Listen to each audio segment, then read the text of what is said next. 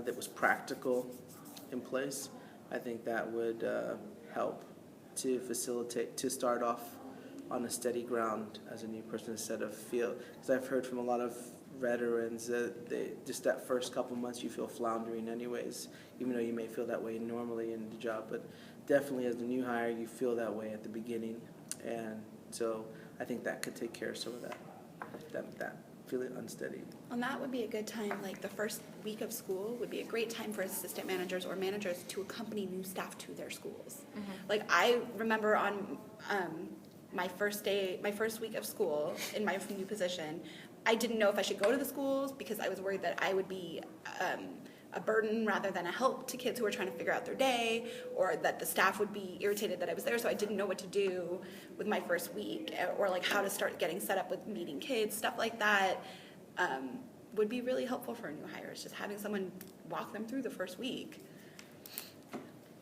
I think, and I don't know if this is because I'm transplant, but something that would have been really helpful for me, I had this great meeting with somebody at the YMCA, and she said, our goal working with youth is to help them become more connected. And I think as somebody who works with youth, if you're not well connected yourself, it's hard to be a resource.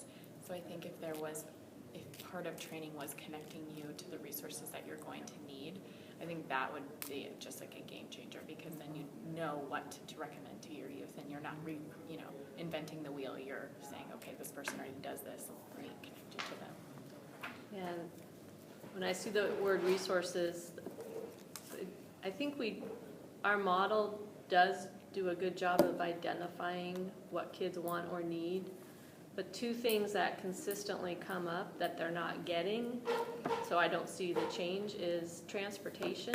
So there's certain things they want to do or they need to do and they can't get there, or they can't get home in the dark. Mm-hmm. And the other thing is tutoring. We're not supposed to be the academic support. We're supposed to coordinate academic support. And at my schools, they have something called tutoring or homework club, but all it is a room where they're by themselves being supervised and they don't learn anything.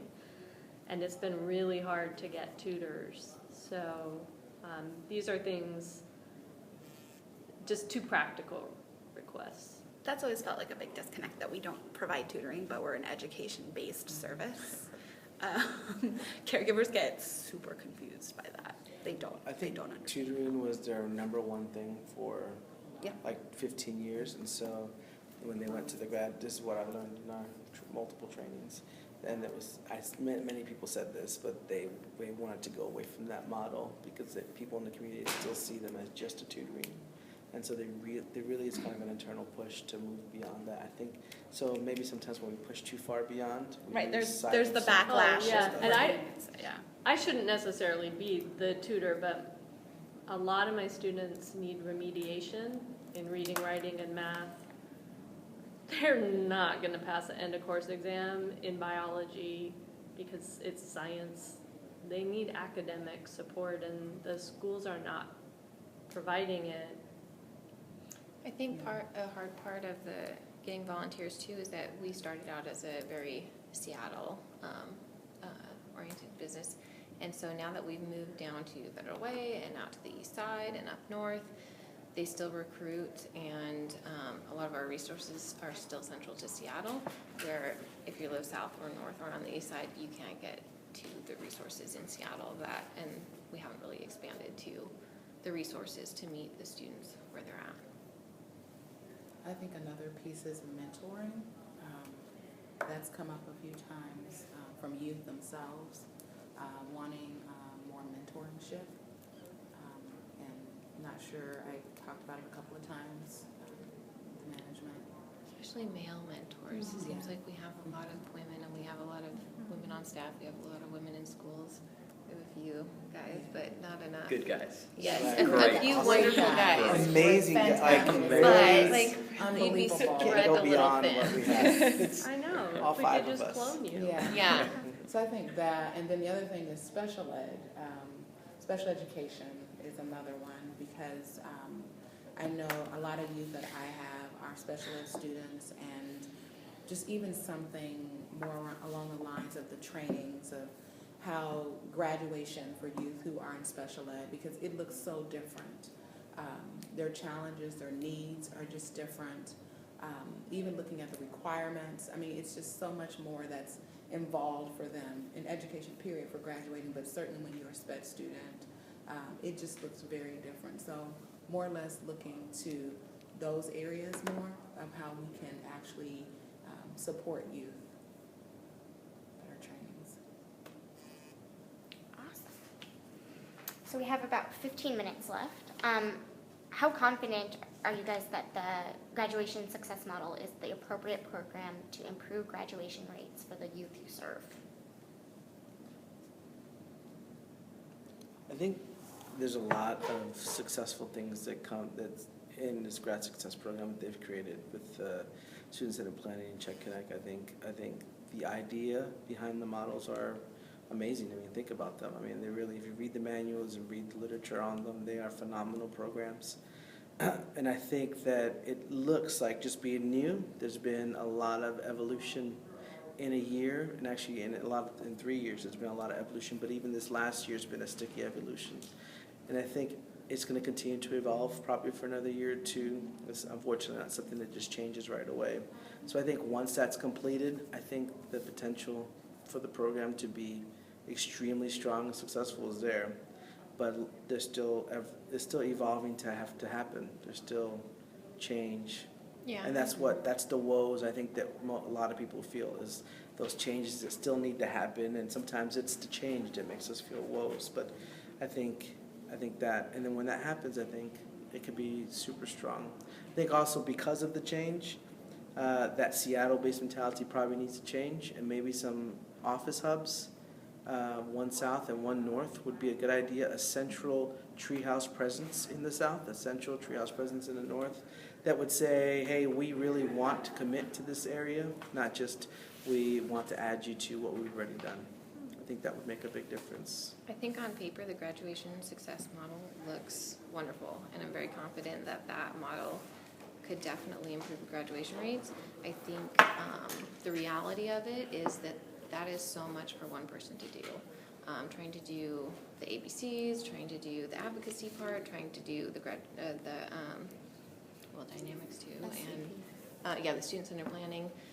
To have a caseload of the size that we carry and think that that's reasonable to implement all of those things for 35 students on a daily or weekly basis is not sustainable. And I don't think you're going to do any of them well enough to increase the graduation rate to what we want it to be. And I'll just add real quickly, I think the mentoring piece, there's some other things that could actually strengthen it. And I think that is a piece, certainly when you look at the demographics of who we serve. There's some other things that may be needed. It may not be necessarily for every youth, but there's certain pieces that to offer or to see success for certain youth, certainly with special ed and with males and certainly boys of color. I think those particular subgroups are the ones I think that we could increase the success rate amongst them if we add certain components to the program that may not already exist. I think we're still figuring out exactly what student-centered planning looks like, but for me, the fact that that's at the center of our organization makes me really believe in the organization and really believe in the cause, because anything that comes from the students, I think, is just a lot more likely to create self-determination, which is so much more likely to have success, both graduation but in life. Right. I think what we're using, I think on paper it's amazing, right? But we are still very young in that process, and I just hope management doesn't overreact and say, hey, you have to use all these tools type thing, because I think that it's been a year since we did it. We're one school year with less than a whole year, so it's I don't know, I'm hoping it's not an overreaction and forcing us to sort of do more things and sort of make more work that wouldn't exactly help. I think also being mindful of what the extra things that are being asked of us throughout the year. Like, can you write this blog post? Can you be in this video? Can you find a kid for this? Can you do that? It gets to the point where you're just like, you're burnt out on it and feeling resentful of how much demand is on your time in addition to what's already expected of you.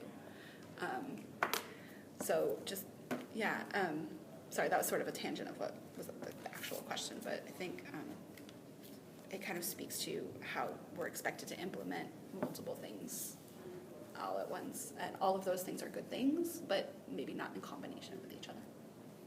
Yeah. I'm confident that in a couple years, we'll know if this program is working with the data, and that I have no way of knowing at this point. And sometimes people ask me, and I'm like, it's supposed to be evidence-based, let's get the evidence. But one thing that does concern me is that our goal is that youth in foster care graduate at the same rate of their peers, and there's a certain percent that we're not able to engage with these models, and so then they are removed from our program, and then we talk about our success rate, and I'm like, well, I don't know, is that success? So I guess I'm optimistic, but I think we have to be careful about what we're calling success, and that I also don't think that's for me to decide. I'm trying to stay neutral so that I'm not like biased towards a model or against it. Awesome. Anything else? Okay. I'm going to skip down to question 7. So tell us your thoughts about response rates for the student survey. Go first. I had, for a lot of the students that I'd only had a couple months, I just didn't feel comfortable giving them that survey. If they'd been with another ed specialist, I could have them do it and say, you can do this in regards to me or your experience, and that was fine. So that would be my feedback, that it was, and that was, I was told that was okay, that those students weren't necessarily. Yeah, and what you might not know is that every question on the survey was about your ed specialist, and we were the one giving them the survey. So I felt that this was completely unethical, that they could put their names down to be entered in a drawing so they knew who filled it out and who didn't. And even though I had an envelope that I could supposedly put it in, I mean, that pressure to do that. Yeah. And I am ranting, but the other thing that irked me was that it was presented as this fabulous opportunity for youth voice, but this is not what's important to youth. That's not youth voice. That's us asking them for one more thing for our purposes. That's not youth voice. And kind of at the same time that we had the other two The assessment. huge Yes, that was the other assessments. problem. And so I think I didn't give my surveys to them in person. I had my Check and Connect, one of my Check and Connects give it to them, which that response rate was, I think I got 3 back total, because it wasn't that one-on-one, which is fine, but at least I hope that they're more authentic responses than if I was sitting there saying, what do you think of me? But what else was it? But I think at the timing of it, where we had a huge packet where we were asking them to read through it and fill out all these other assessments, and another one that was like very dense. My students were not going to do that. I mean, they didn't want to do the first 2, and most of them didn't. So I think having one more survey was not going to go well. Yeah, I think a focus group or something would be much more effective to have them come Or if in they and could talk. just talk about like the pluses and minuses more like this, because I think that some of the questions were really weird on it too, and even the students were kind of like. Yeah, and even if I tried to be like, I don't look at this, it's sealed up, like they were like, oh, you can look at it, like, which is like, that's fine if you have something positive to say, but like the point really isn't for you to. That's fine if you feel that way, but I'm concerned about the kids that don't feel that way or have certain things that they want to say and they don't feel comfortable. Like those are the kids that we need. I mean, we need to hear when things are going well, but we need to hear when things are not going well. And so I wouldn't, if I were a student, that's like the same reason why if they ask you about like drug and alcohol use in the middle of class. Never. You don't want to say anything, even if it's anonymous, in when you're, so yeah, it's like, even if we tell them, they just don't. Yeah. But I think if you had something like this and you said, I'll give you a $20 gift card to wherever if you show up and just voice your opinion, so many of mine would come. But we come out to them, like neighborhood center in West Oh, yeah, Seattle yeah, or not something like here, that. here. Yeah, But I mean, yeah. if you went to like the high school and where I have like 15 students at, and you did something like this for 20 minutes or 30 minutes during the day and offered them a gift card, then you'd get real You could even responses. just bring them lunch. I think, pizza at provide lunchtime pizza. or something, but I more think conversation. timing is key too.